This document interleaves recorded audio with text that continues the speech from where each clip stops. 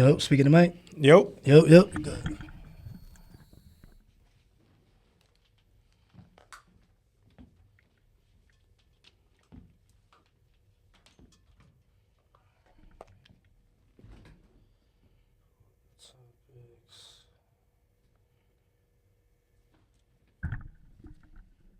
All right, it's double two times. We in Blackwall Studios. This is Blacshēp Podcast. We go anywhere. We discuss anything. I got my guy here. I'm gonna let him introduce himself. So, you brother, introduce yourself, please. Oh, they know who I am. Smart guy. So, how did you get your name, brother? Like, is somebody give you that, or Well, no. Well, in prison, I was, you know,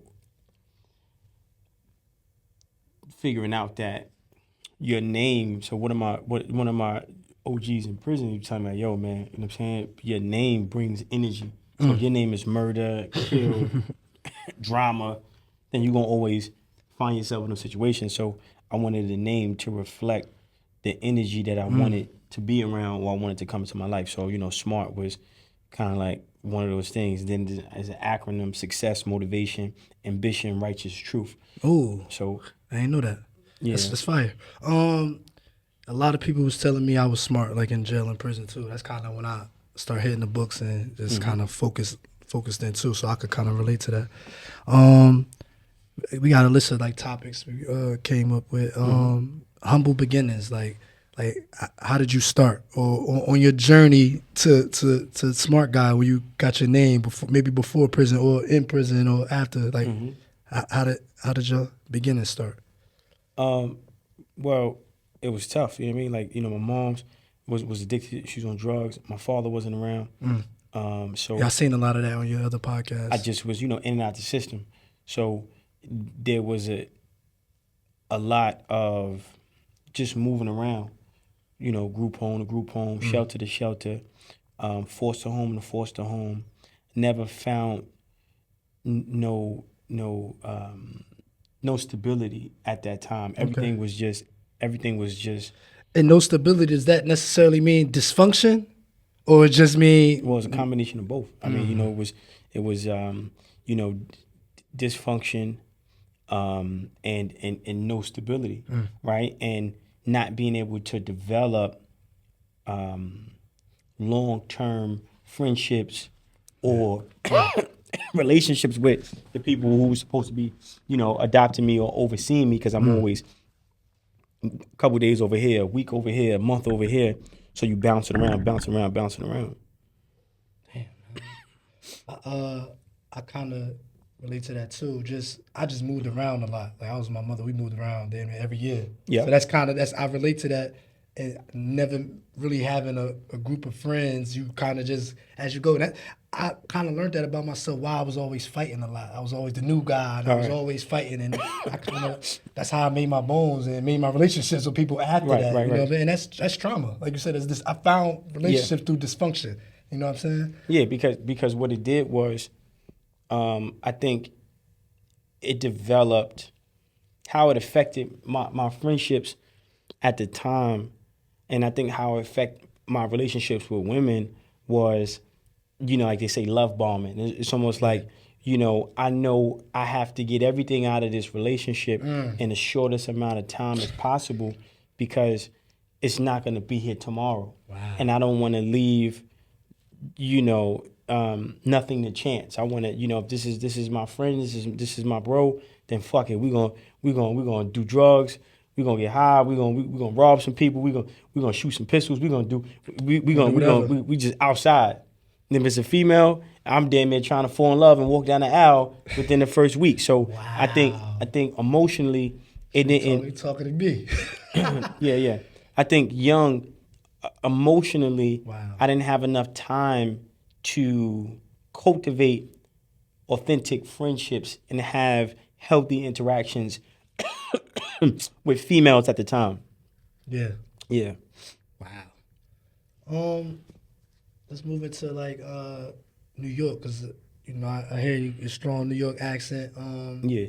You feel me? I know you was talking about like the prisons, like just New York is just compared to Jersey, it's a little faster. Like I could be one to admit that it's just everything quick, everything going.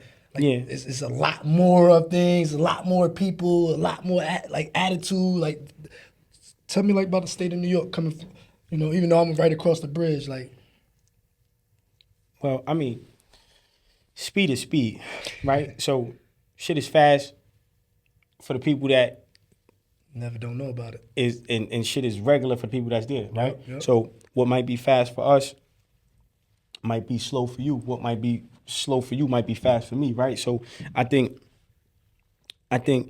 overall there's just a what I see now more than ever is a real focus and an emphasis to keep us distracted, right? Tickets, bills, cameras on the buses, giving cars tickets, heavy police presence, right? Everything is, designed. It's always been like that for. It's designed to get us to not be focused and to not focus on ourselves and not to be in a healthy mental space to see what the fuck is really going on.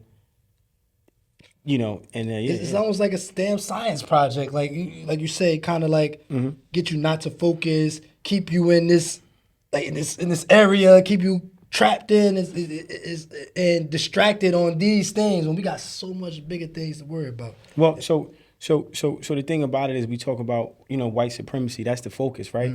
It's about power. It's about dominance, control, and race survival, right? So meaning Europeans, white motherfuckers, their sole purpose is to maintain their status, their power base, their power structure.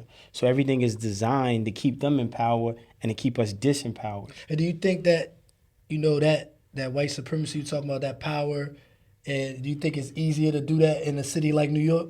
Like New York City as a whole? It's not just, the white man's ambition is not limited to New York City, right? Of course not. We talk about world domination, supremacy, right? So white supremacy meaning supreme, right? In every category, every genre, every place on this earth, the European focus is on control and dominance. So what I meant by being a city, like, because a lot of focus is on New York City, everybody, it's like the Big Apple, everybody big dream. When I said that, I meant like, do you think it's like kind of easier to get a city like New York or major cities even? The white man's don't give a damn. Ambition is not limited to New York.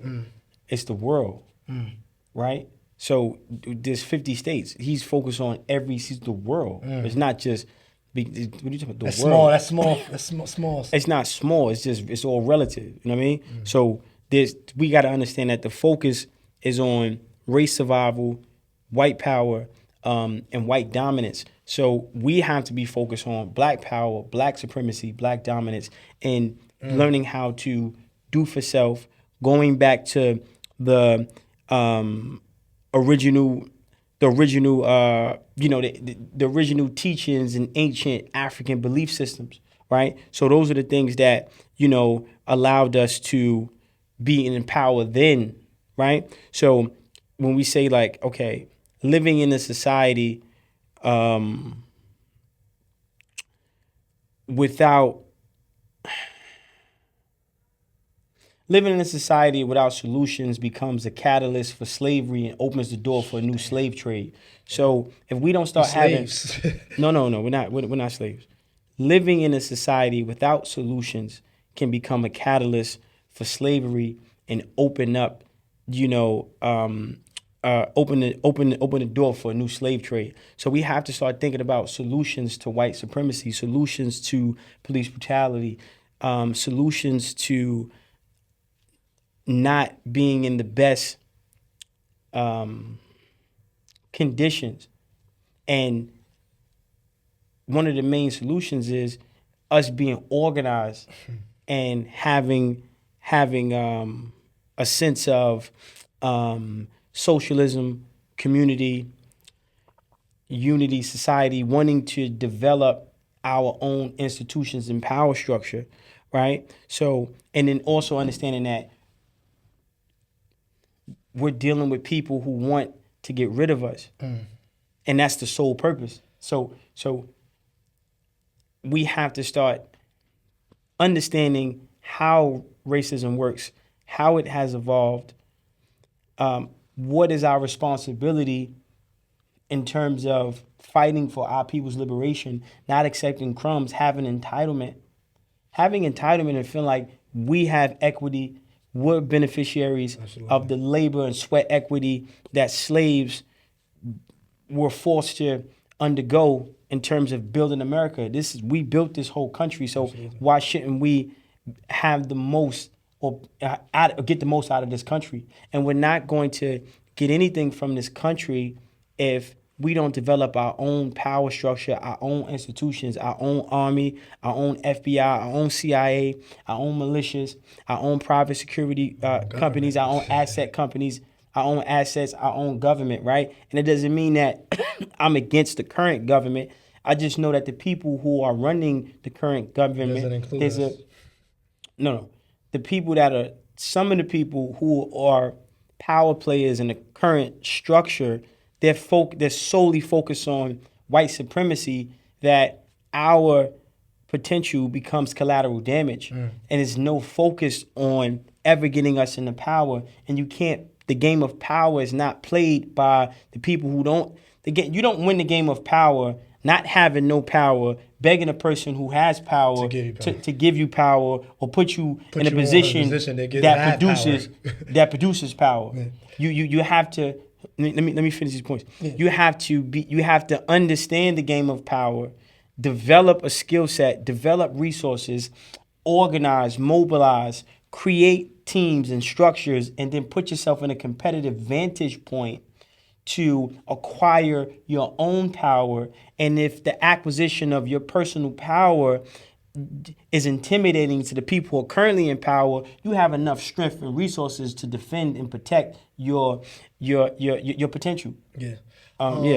So that kind of leads to my topics of leadership. And first, do you consider yourself a leader? And what is leadership like for our people currently? You know what I mean?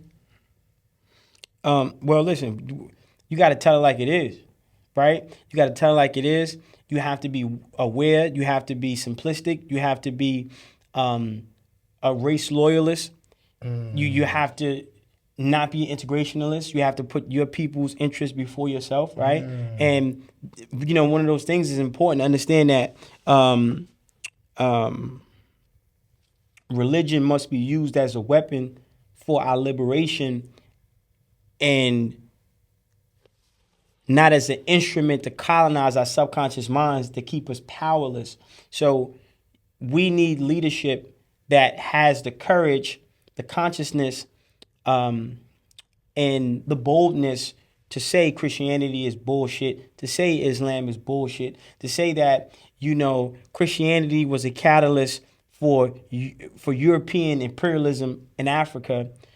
Islam was a catalyst for Arabic imperialism in Africa. So this is why, you see all these rich Arab Muslims, but poor African Muslims. You see all these rich white Christians and poor African Christians. So you have no religious beliefs?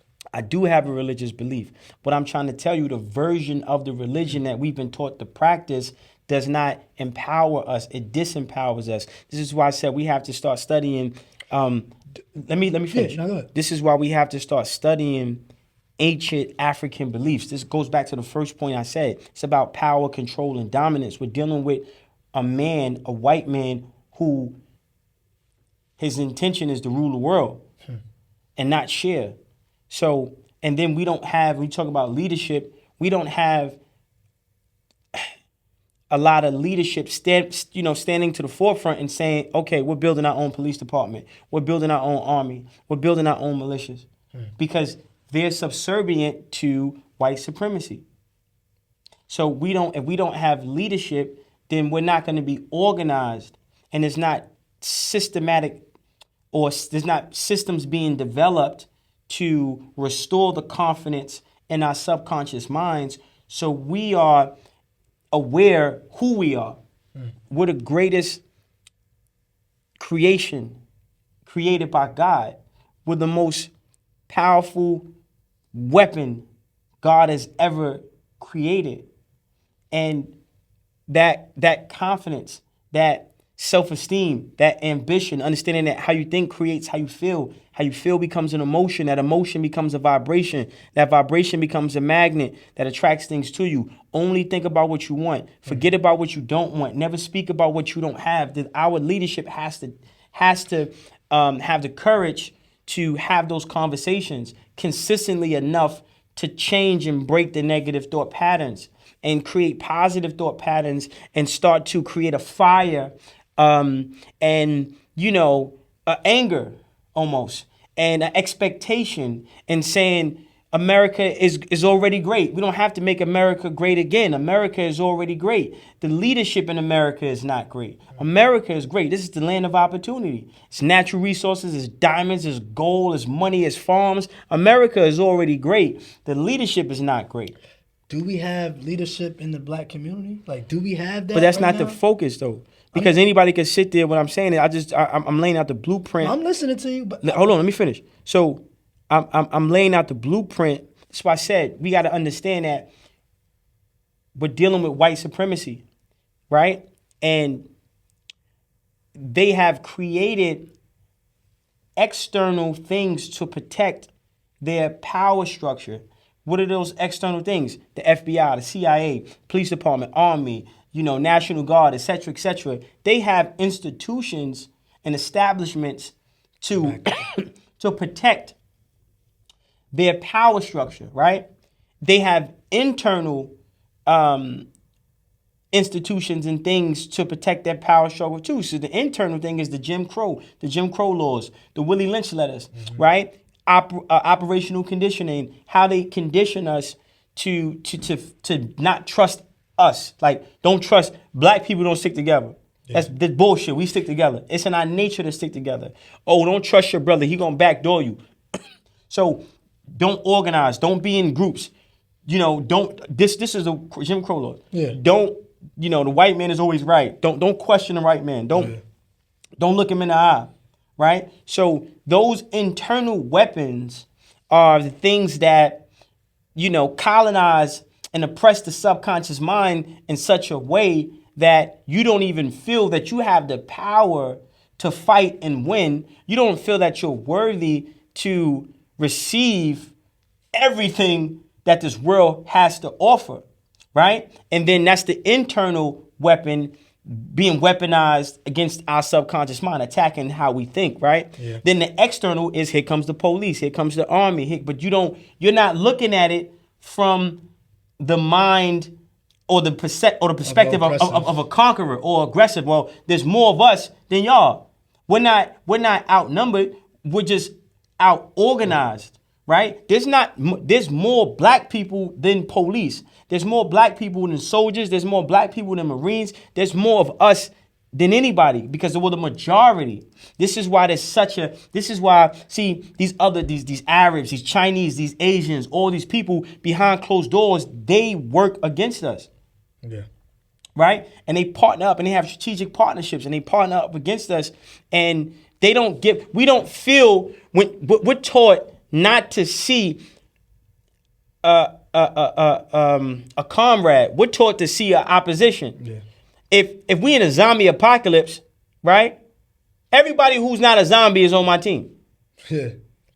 Right? Yeah. So we got to be mindful of that. And that's the responsibility of leadership and also calling bullshit when we see it in terms of religion. If we're not practicing Islam in a way that's going to liberate us, empower us, and free us, then Islam ain't worth practicing.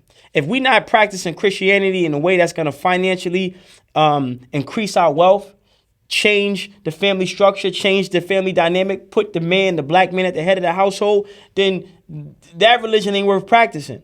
Mm-hmm. And we have to understand that we were running the world before foreigners came to Africa. Shit went downhill when foreigners came to Africa. When the Europeans, when the Arabic came to Africa, this is when you started to see homosexuality, teenage pregnancy. We invented the sciences of identifying women as goddesses.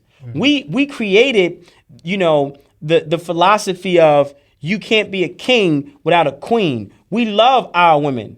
European men hates his women, hates himself. So when we understand the history of black men, the history of black women, the history of our culture, and how together we ran the world, and we only have issues with each other because we came into contact with a foreign fucking species. Right? So that's it, that's it. So going back to leadership, it's our leaders' responsibility to understand that knowledge and have the nuts to talk about it. Yeah. Right? And come up with not only criticisms and talk about the problems, but have applicable solutions in place and the patience to troubleshoot along the way. Yeah. Yeah. That was a lot, man. So I've read a lot. I'm Muslim, right? Mm-hmm. And Islam, how I describe to people, right? I was wild. I ain't had no control. Mm-hmm. I gained a lot of discipline through Islam. Like when I made decisions to become righteous through Islam, because that's how I learned some of these things. I learned some studies, right? Right. I learned discipline. When I went to prison, I learned a little discipline. I learned how to discipline myself so they don't have to discipline me no more. You feel what I'm saying? I don't never want to have nobody discipline me. I should discipline myself. So I learned that through Islam and through my studies. But as I got on my journey, let me finish, because I got on my journey, it got deeper. As I became righteous, it's bigger than Islam. Some people say spiritual. I don't get into all that, and it goes back into original teachings and spirituality, which religion has to derive from, But a lot of people use religion, and I heard and I've read and studied, to divide and conquer and war. Right, but this is why I said Islam was used as a catalyst for Arabic imperialism, meaning Arabs used the religion to get into Africa and to gain positions like of they power. Use Christianity for slavery. That's why I said it, to give a So, better example of what you were saying. Right, so for sure. Just in case people got beliefs, and he's not saying don't believe what you believe. He's just saying, it's a little deeper. I am saying don't. Are you saying that? I am saying don't believe what you believe, because you've been conditioned to believe what you believe, because you believe in it that way doesn't put you in the power. We taught the first person I heard about in the Quran was Bilal. Who was Bilal? A slave. Yeah. Get the fuck out of here. Bullshit. I'm not buying that. I don't care who. Listen, I don't believe that. Yeah. Oh, he's the first person to call her a don. So he was a slave and a singer. So he was a slave and a singer. This is what you're telling me. So we're entertainers and slaves. I'm not buying that. This is the problem. This is why we're taught this is badad. We're taught this is shirk the question. I'm questioning it, because if I'm not getting the blessings from Allah, then guess what? I'm not going to Allah for no blessings. Yeah. See? And I'm not going to sit here and struggle and die because some evil fucking entity is using the word of God as a way to destroy my spirit, my ambition, my desires.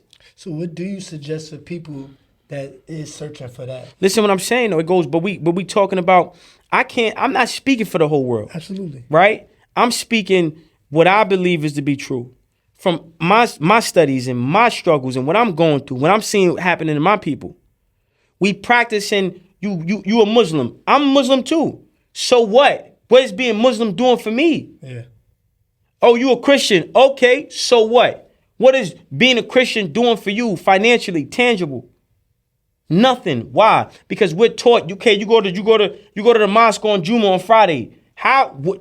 Is you making money? Is the imam saying, hey, who in here need a job? Is the imam saying, who in here know how to do electricity? We got some contracts we need filling. I mean, I think some is, but listen, for the majority, no, I can understand what you're saying. It's not, because it's designed. This is what I'm saying. We talk about leadership, right? Yeah. It's designed for us not to be in power. This is why. How do you think about it? What black masjid is creating generational wealth for the Muslims or the people that's a part of that ummah? Name it. So because listen, and it's not the imam fault. Remember, this is in the Quran. People choose to follow what their fathers follow. So we taught to follow the practitioner or the practicing of Islam in a way that doesn't empower our people, that takes the power from our people and gives it to some fucking Arab. That's the problem. So what about, did you feel like the movements that we did have, like the Black Muslim movement? That was the point. That the nation of it, the NOI, you see more power in the NOI than you see in traditional Islam. Why? Because the focus is on doing for self and getting provision and figuring out how to use my relationship with God to make my life better and not bank on promises. See, and I say this all the time, the white man said Monday, but you've been taught to say someday. So when is it going to change? Someday. That's what black people taught to do. And do they ask the white man, when is it going to change? Monday. Right now. They're not fucking around. They got goals and deadlines. So if I can't use my religion to set a goal and a deadline to change what I'm struggling with, then that ain't a religion worth following. I have to readjust and reassess and ask God to reveal a revelation to me that is relevant to me, that's going to help me become motherfucking better. And if I'm not getting that, then guess what? I'm not jacking that. I don't give a fuck. You can say whatever you want. I know what's in my heart. I know what's in my Kaaba. I believe in Allah. But if Allah don't show me that it's worth believing in him, it ain't better, then I ain't believing in Allah. And you could call it how you call it. Now, motherfucker, sit back, right? This is why I say, and the more I educate myself, damn, I don't believe that Bilal was Bilal might have been Arabic. Yeah. Bilal might not have even existed. They could have made a fictitious character. Yeah. Think about it. Well, but no, what do you? No, who? Like, what do you? Like, what? I'm not buying none of this shit that they talking about. As Muslims, we have to understand we are black, we African. Fuck all that other shit. And if you Arab, Bangladesh, white, Muslims, whatever fuck you think you are, if you want to help us, then stay true what it says in the Quran. You got to want for your brother what you want for yourself. So why do I see you having things that you don't want me to have? You see? And this is what I'm saying. And then they talk about these Arabs lie and gas us up. Oh, the Jews this, the so-called Jews this, they curse. But behind closed doors, they in partnerships with them. Behind closed doors, they partnering up with their so-called enemy to take power away from us through real estate, through businesses, corner stores, delis, properties, land. You fucking name it. Everybody is working together but us. And the people that are not us work together against us. And we're not even smart enough to say, well, damn, it's more of us than them. Listen, hold on. It's more of us than them. Why are we getting jumped? Why I'm going to fight 1 versus 30 when I can just call my man and it's 300 versus 30? But you accept this fucking ass whooping and you're not even in a weak position in terms of numbers. We outnumber everybody. Yeah. So this is why I have an issue with the religion, because they teach this bullshit. They teach us to go to Juma on Friday, sit there on the floor. Fuck out of here. I'm not, bro. No, not with it. So, what about, we got black, we got brown. What about the people that's still melanated, but they separated from us? Like, how you feel about that? You can't be separated. Again, don't matter. Everybody, listen, everybody can't go. But this is why I said, right? Every other race is united against us, and they have institutions and establishments to protect their interests, externally and internally. The external establishments they have, and the institutions is police departments, FBI, yep, government, right? The internal institutions they have the Jim Crow laws. They have things that they condition into us subconsciously, indirectly through media, movies, films, social media to keep us subservient. And then you, on top of it, you got religion. So then they tell you, you go to Juma on Friday, you fucked up. How is the kook bar going to help you get better? Nobody's talking about relevant issues. Nobody's asking, okay, what's going on? And how is one day out of the week you telling me a story that happened before my granddaddy was ever even fucking alive? How is that going to help me? I don't give a fuck what grass Muhammad's lamb was eating. Give a fuck about that, bro. Yeah. I'm trying to figure out how to not go back to fucking prison.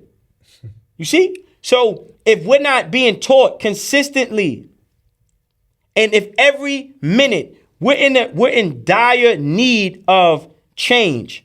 We look at our younger generation, they killing each other. Everything up's for grabs. Drill this, drill that, spin the block this, spin the block that. But you want to sit in Juma and talk about what the fuck Muhammad did 5,000 years ago? I don't give a fuck. I'm not even sorry. I don't want to hear that shit. Yeah. And if it's peace and blessings on to Muhammad, it's peace and blessings on to me to fuck too. If it's peace and blessings on Muhammad, it's peace and blessings on black people too. I'm not going to be praying for some man I never met. Fuck out of here. And every time I mention his name, you supposed to say peace and blessings be on par to him because he was a prophet. Fuck out of here. I'm going to say peace and blessings for him, but you better say peace and blessings for me too. Yeah. You see how twisted that is? We giving dawah for a man we never met because we taught this is the prophet. Okay, cool, good job, great. But how did what Muhammad do at that time, how is that benefiting me right the fuck now? That's why this shit is weird. They talk about Jesus. So I'm saying to say this. This is how this is how we feeling. This is how I feel. I'm speaking for myself. Yeah, I sat in Juma many times looking at the coot like, all right, bro. I'm tired. I got a cramp in my back. I got no inspiration. I'm sitting there. I make salat. I leave. I'm madder than what I did when I'm leaving out. Madder than what I did when I came in. Fuck out of here. Why? Because the religion is not being applied to us in a way that's making our lives change. Our people. But if you go to synagogue, it's making other people. It's making them rich as a motherfucker though. It's making everybody's life change, like you said. But us. Yeah. So it's important for us to search for the tools of financial empowerment in the religion. It's important for us to search for the tools of personal development in the religion. One of those things is provision. Allah will provide us with provision, right? And the provision is like the blessing for your hustle. Yeah. See? So I have to ask Allah, hey man, I need provision, right? And then I need to understand that prayer is not just with your mouth, prayer is with your actions. The actions you take becomes the prayer. And the actions you take needs to be moving towards what you asking Allah to bless you for. And then when Allah is receiving your prayer in that way, He's gonna answer your prayer in the form of results, positive results you're gonna receive based upon the actions you take. They strategically, specifically remove these parts out of the Quran. Yeah. Remove these parts out of the Kukbar. So you go on the Juma on Friday and the motherfucker ain't talking about shit. You falling asleep. But you just going to go because you feel you doing the right. I don't want a relationship with God like that. Yeah. I don't give a fuck. I don't want to have to sit in God's fucking office cotton mouth because I'm dehydrated and I'm just happy to be sitting in front of God. Hey, God, man, I'm thirsty as a motherfucker, man. Can I get some water, man? And if he tell me no, I respect it. He gonna tell me no for a reason. Allah knows best. But goddamn it, I'ma ask. Yeah. I'm fucking thirsty. I ain't gonna be sitting there. I ain't gonna be sitting in Allah's kitchen, right? And I see steak, lamb chop, you know what I mean? Chili and sea bass, lobster tails, all this shit. And I'm sitting like this. Ribs touching so bad, look like I got small ladders on my fucking side, and I'm afraid to ask Allah for a plate. Hey, God, man, I know I'm hungry the motherfucker, man. Yeah. Can I get a plate? Can I get a wing or something, man? Yeah. I'm going to ask. See? So what condition? Oh, just go to Juma. You feel like you doing the right thing because you ain't doing shit but sitting in the room on the floor, getting more aches in your back.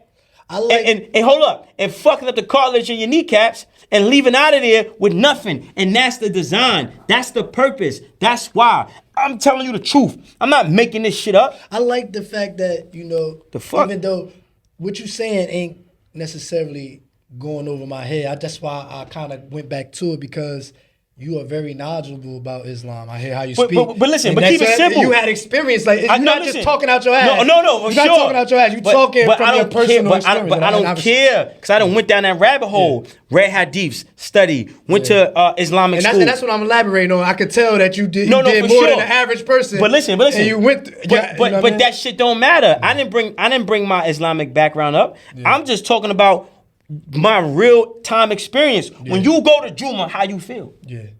Fuck all that what you think you supposed to feel. How you really feel. Yeah. You wasting your motherfucking time. You sitting there like this. It is Blacshēp podcast. I just respect your honesty and listen. I respect you being hold on, knowledgeable. Listen. You sitting like this. Look, you looking. All right.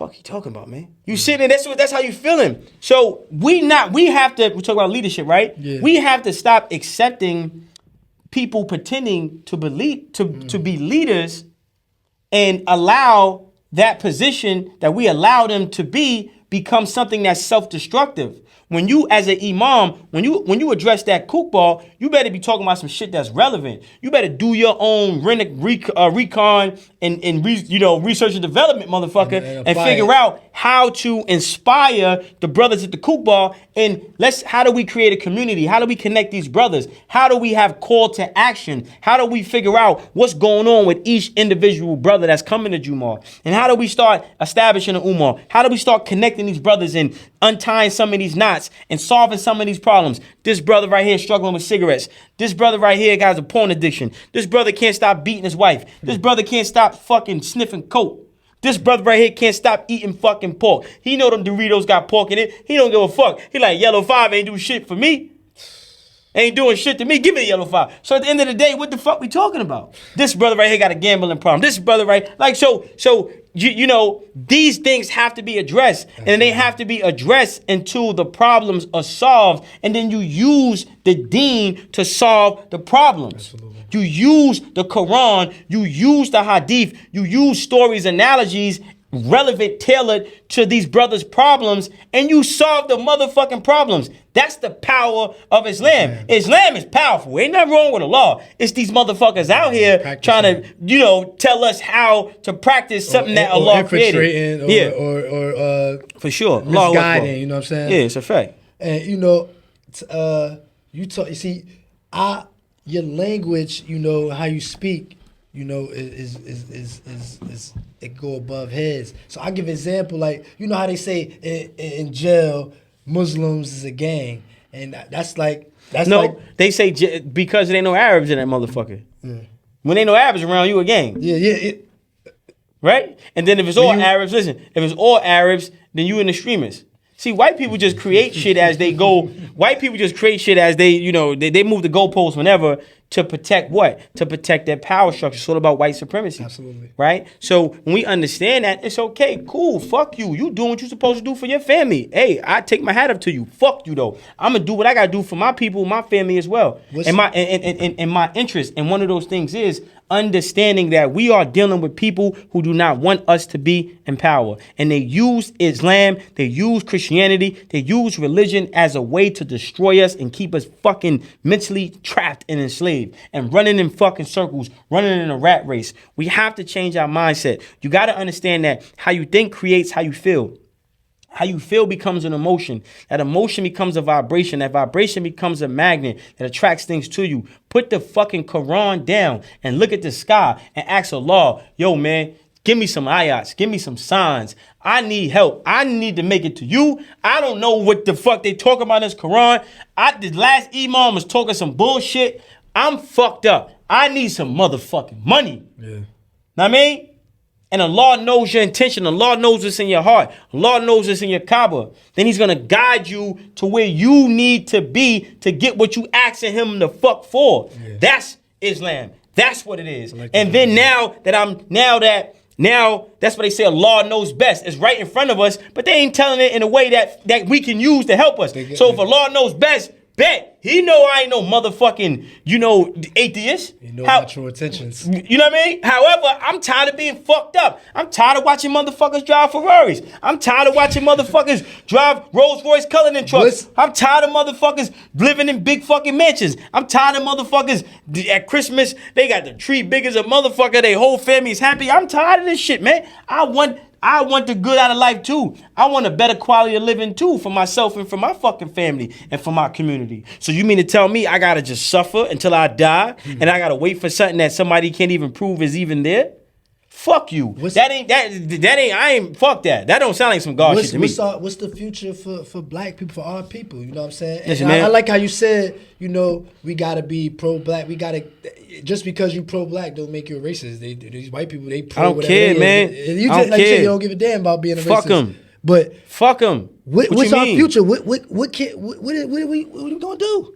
As our people, our black people, because to be honest, man, we don't really have that leadership that you're speaking of, or maybe we do have it, and everybody's not aware of where to find it or who we should look forward to for that. It starts with self, right? Absolutely. Remember, understanding that how you think creates how you feel. Only think about what you want. Forget about what you don't want. Never speak about what you don't have. Start where you stand and then stand where you start. Start where you stand and then stand where you start. Everything that you leadership is within there. Yeah, everything that you hold on 1 second. Yeah, everything that you oh my bad. Good.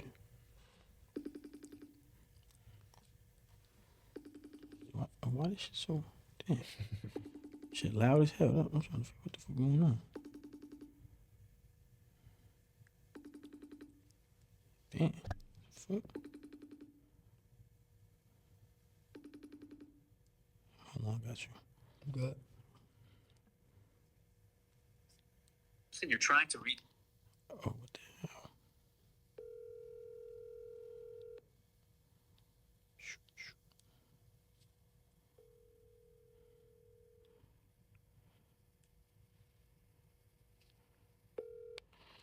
Right. So, only think about what you want. Forget about what you don't want. Never speak about what you don't have. Everything you need, you already have. Right? If you want it, you don't need it.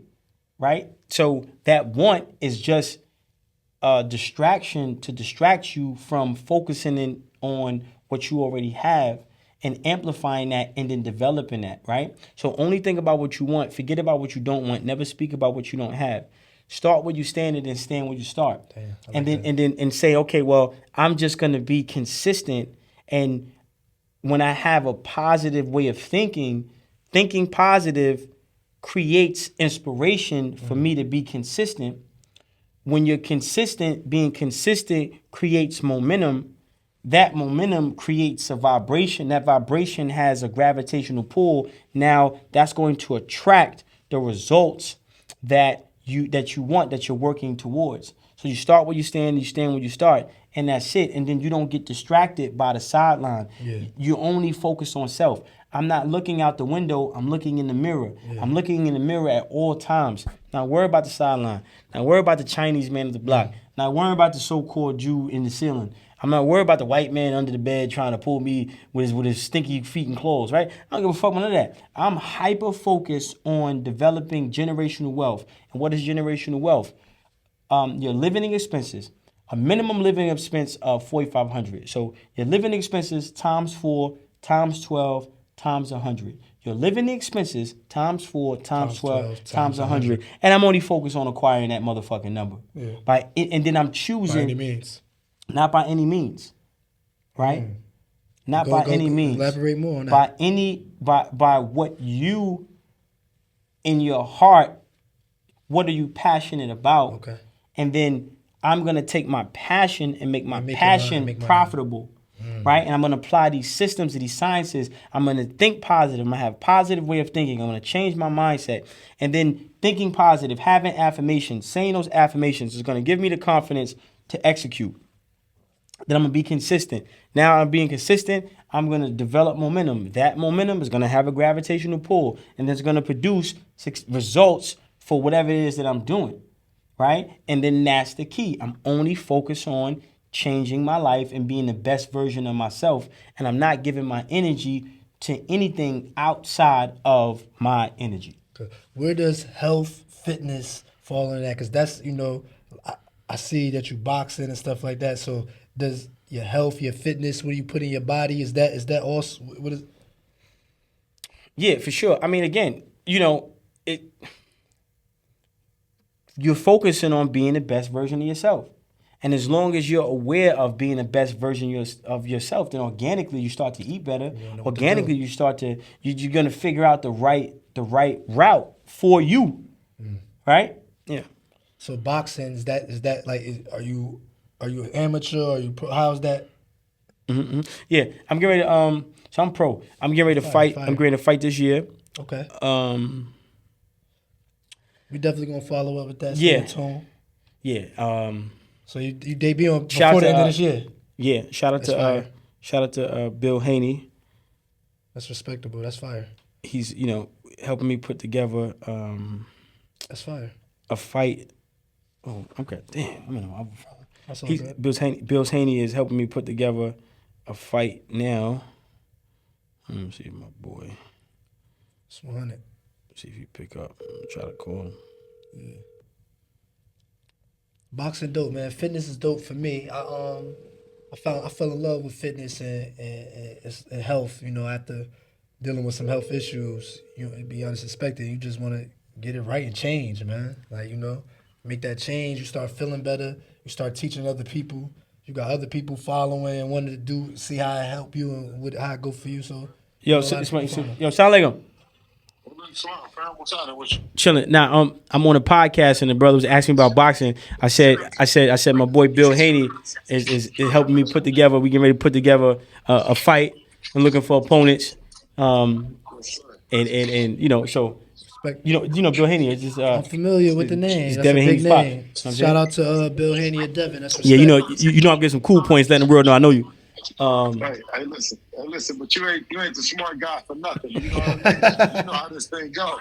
You've been putting it together for a minute though. Smart, so you know what I mean? I'm just happy to be a part of it, man. You're gonna do some big things, man. No, for sure. And now you get a chance to put it on and show them.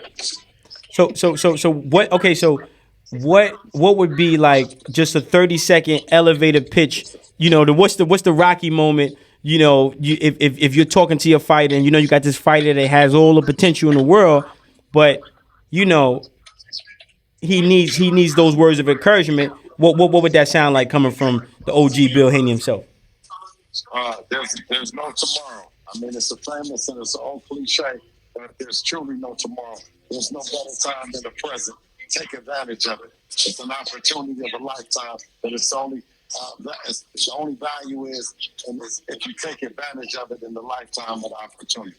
So, I mean, we got to get going wherever we at, man. Gotta get going. If we behind or we up, we got I to need to get hear going. that. Gotta get going. He basically saying what you've been saying on the show in a small. Good look. Sound like him.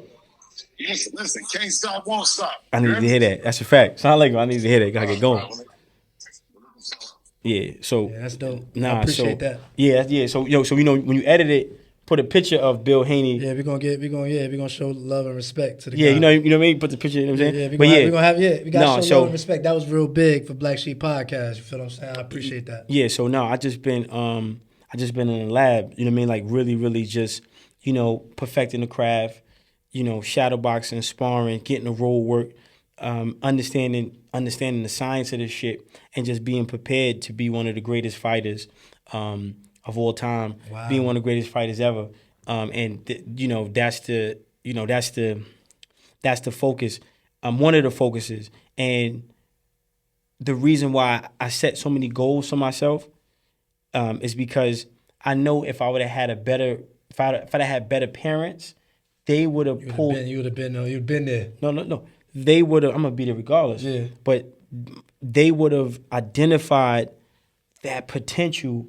And they would have developed it instead of me having to develop it on my own. I taught myself how to ride a bike. I taught myself how to drive. I taught myself how to fight, right? I taught myself how to hustle, how to get money, right? I'm teaching myself how to become a legend. I'm teaching myself everything, right? So, you know, and that's what drives me, right? That's just something that's driving me. And I think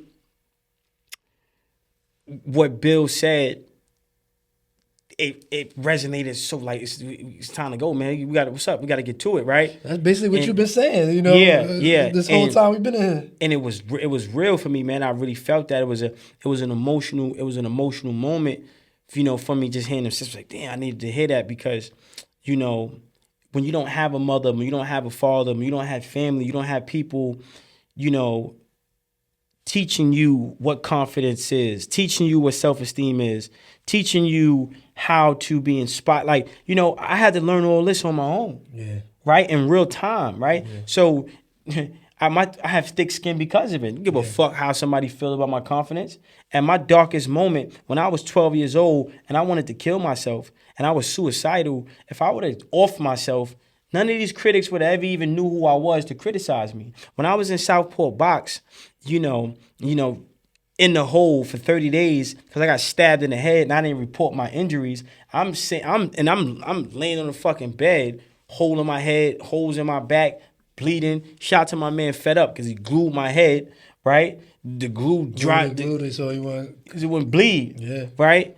And I'm laying in the fucking box. I'm laying in the bed, and all I'm thinking about is like I gotta get some get back. I'm scared. I'm angry. I'm mad. I'm disappointed. I'm frustrated. But I'm like, man, fuck that. When I get out of this shit, I gotta get my respect. I gotta get my get back. This is what I'm going through in prison. Nobody helped me. Nobody taught me how to become a fighter. Right? Motherfuckers stabbed me in my head. This fight or flight, and a lot of motherfuckers fly the fuck away. Yeah, absolutely. Right? So I never folded, bro. You know what I'm saying? Yeah, I never folded in nothing in life, bro. So I'm not going to sit here, now when I'm at the cusp of my greatness, start giving a fuck about people who never helped me anyway. So now that I'm good enough for you to hate on me, you think I give a fuck about your hate?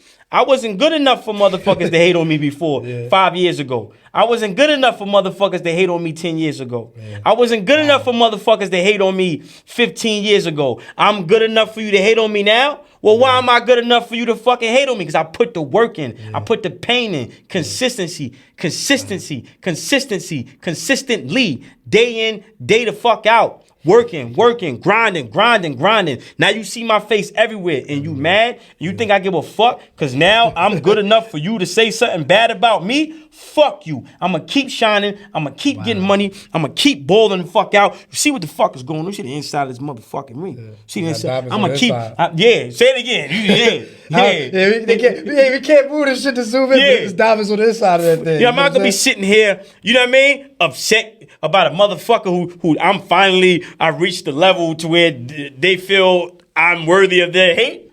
Fuck out of here. Yeah. I love me more than you hate me. And guess what? God loves me more than you hate me. This is why I'm protected. This is why I'm blessed. You don't know the many nights I cried to myself in the dark. Yeah. You don't know the many nights I struggled tweedling my fucking thumbs, man. I got to fuck, man. Ready to go back selling drugs, robbing, killing, and murdering motherfuckers. So, what? Fuck. Look, I'm kind of stumped here because a lot of the stuff you're saying, I relate to, brother. You speaking from a black male perspective. When you're speaking about not having confidence or your parents not teaching you these things and learning. I learned a lot of my stuff in the streets too. It's just like you talking to my soul, and I feel like you're gonna be talking to a lot of other brothers. But how do coming from? I don't know if you consider yourself institutionalized. How do you reintegrate into society after taking those? Ain't about none of that, man.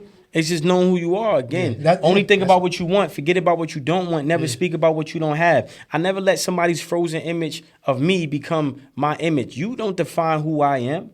And I know you're only defining me in a way that makes me not feel good. Yeah. Fuck I care about. You can't define me. You don't define me. I define me. You don't tell me what to do. I tell me what to do. Yeah. You don't give me no goals to set for myself. Motherfucker don't validate me. I validate me. Yeah. And God has given me the validation because he's given me the potential. Yeah. So that's all the validation I need. I got natural God-given gifts. Yeah. Right? Yeah. And I had a great conversation with Bill Haney, right? It's Devin Haney's father, right? And one of the things I told him off record, but I'm saying it on record, right? Yeah. I said, man, I respect you so much. If I'd have had a father like you, I'd be a billionaire right now. Yeah. Wow. Right? That's powerful. If I would have had a father. Like, let me see if my man pick up. I gotta tell him this shit, man. I want to tell him this shit, man. Yeah, that's real. Gotta give motherfuckers their flowers. I feel the same, man. I got a father, but I didn't get them lessons like that we speak. I ain't get that. He called and left a message for the podcast. He left a message for the podcast. It fucked me up, man. It was real because he don't know what we talking about. Nah, he don't. It's just who he is. Yeah. You see my man pick up again, man. I don't know. He might be busy. You know what I'm saying? But that's so ill. Damn, that's so ill, bro. Ill. I felt it, Yeah, because now imagine having a father telling you that at 5 years old, at 4 years old. Yo. All right. Imagine you have a father telling you that at 5, 6, and 7. You grew up like that. Yeah. I didn't have that. So. But check it out. That gotta drive you, because that's what drives me. Yeah. Right? Like, fuck out of here. I'm not, no, you can't tell me I'm not great. I got here. Yeah. I made it. I made it without it. Nothing. Without it. Right? So that's God. Yeah. That's God, right? That's God. Absolutely. See? So I'm not, fuck that. I'm turning up and I'm gonna enjoy every gift that God has given me. And everything that comes with the gifts God has given me, I'm gonna be in full enjoyment of it. Yo, I really appreciate that, man, because you talking to me, man. You talking directly to me, to somebody that relates to all that, man. Yeah, man. Other than you having a fight come up, you working with Bill Haney, which is pretty big. What else you got going on right now? Like, what else is the smart guy on? What's your name on? What you got next? Like, what's up? Yeah. Well, I have the I Am Enough tour. I got some books coming out. Okay, fire. So have you published books so far? No. So you already got them written up, ready to roll out. Yeah, Okay. I've been cooking, That's dope. cooking up the books. Oh, and then another thing before I go, I wanted to say something too, right? Yeah. In terms of women, right? Yeah, let's definitely Women, touch on that before we get about it. real quick. Women need to understand, black women, that Black women. Yeah, I talk directly to black women. I'm glad you said for that. sure. That They don't like it though. well, it's not about they like it or not, Absolutely, right? absolutely Because not. Leadership a lot of times is not to be liked, right? It's not like at all. No, to a certain extent, Certain right? extent. I'm not here to tell you what you want to hear. I have to tell you what you need to hear, because you hearing this and being receptive to what you're hearing You hear this, ladies? will change, generations, right? So our women need to understand the phases of love. The first phase of love is conditional. The first phase of love is informative. The second phase of love is unconditional. The third phase of love is tough love, which is accountability. Yeah. A woman's role is wisdom and balance.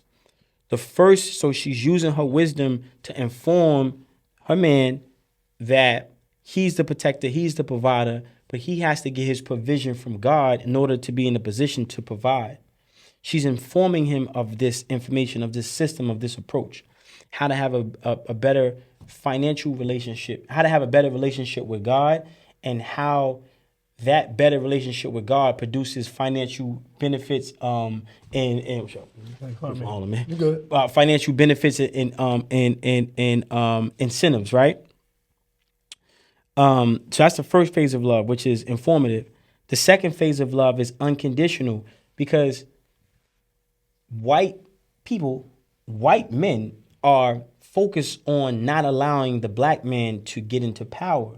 So she has to be knowledgeable of that, be empathetic to that. And now she's going through a period of tremendous patience and empathy. So that's the unconditional phase, right? And through that unconditional love, he's able to have the peace of mind to develop his relationship with God. And then the last phase of love is tough love, which is accountability. But he can receive the tough love and expectation because there's a preparation for the things that she's expecting him to do. You can't have an expectation without preparation.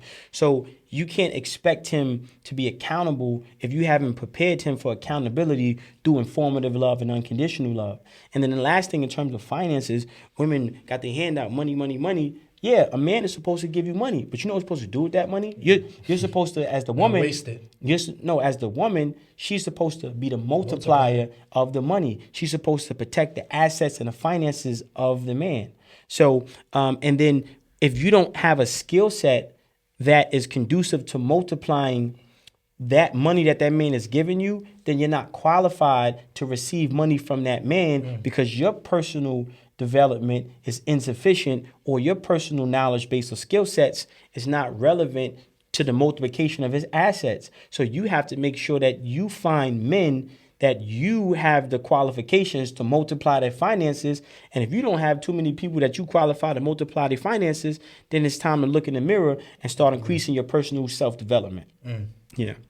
That was a real good way. I like to talk to women, especially black women, really about accountability. And it's hard. The reason I understand it's hard as a black man holding black women accountable. I've been held accountable by every black woman I know. And sometimes the black women I know, I've never been able to hold them accountable, which is why I got to eventually leave. And I tell them that I leave because I can't protect something that I can't hold accountable. I ain't saying I'm a drill you in front of the world, but you got to be accountable to me so I can have solutions for the problem. If you did something and you can't be accountable for what you did, how can I protect you if I don't even know what's the hell going on? And I just feel like it's hard for us to hold our women accountable, which I mean, black women is just not happening, and it's Yeah, we gotta say it's kind of creating a separation. Well, we gotta say that for part 2, man. That's a. I would definitely love to have a part 2, Yeah, man. yeah. I think we need to move around. I think I brought you to my home base. Yeah. I think we need to travel, go somewhere. You invited, man. Come to Harlem, man. We come to the city. I come to New York because you crossed the bridge this time. Maybe next time we cross the bridge, I bring my female co-host and we deep dive into that with women there. That's a fact. You feel what I'm saying? Yo, you got speakers play this shit? You got speakers play this Yeah, we can play some stuff here. Yeah, play some we shit gonna real quick. airdrop it. We gonna play some stuff. Yeah. As soon as we can wrap this up, yeah, we can play. bet. So, is there anything that you wanna say before you go? I covered everything that I had to say, man. And I appreciate Only it. think about what you want. Forget about what you don't want. Never speak about what you don't have. This episode will be out before the new year. So make sure, motherfuckers, make your New Year's resolutions now. 2025 is over. It's time to be focusing on what the fuck you're gonna be doing better in 2026. Absolutely. Peace. I Holla. appreciate my guy, Smart Guy. He got a fight coming out. I appreciate the call with Bill Haney on his small podcast. And we're going to look out for these books and stuff too, man. It's a fact. Yo, Blacshēp Podcast. We go anywhere. We discuss anything.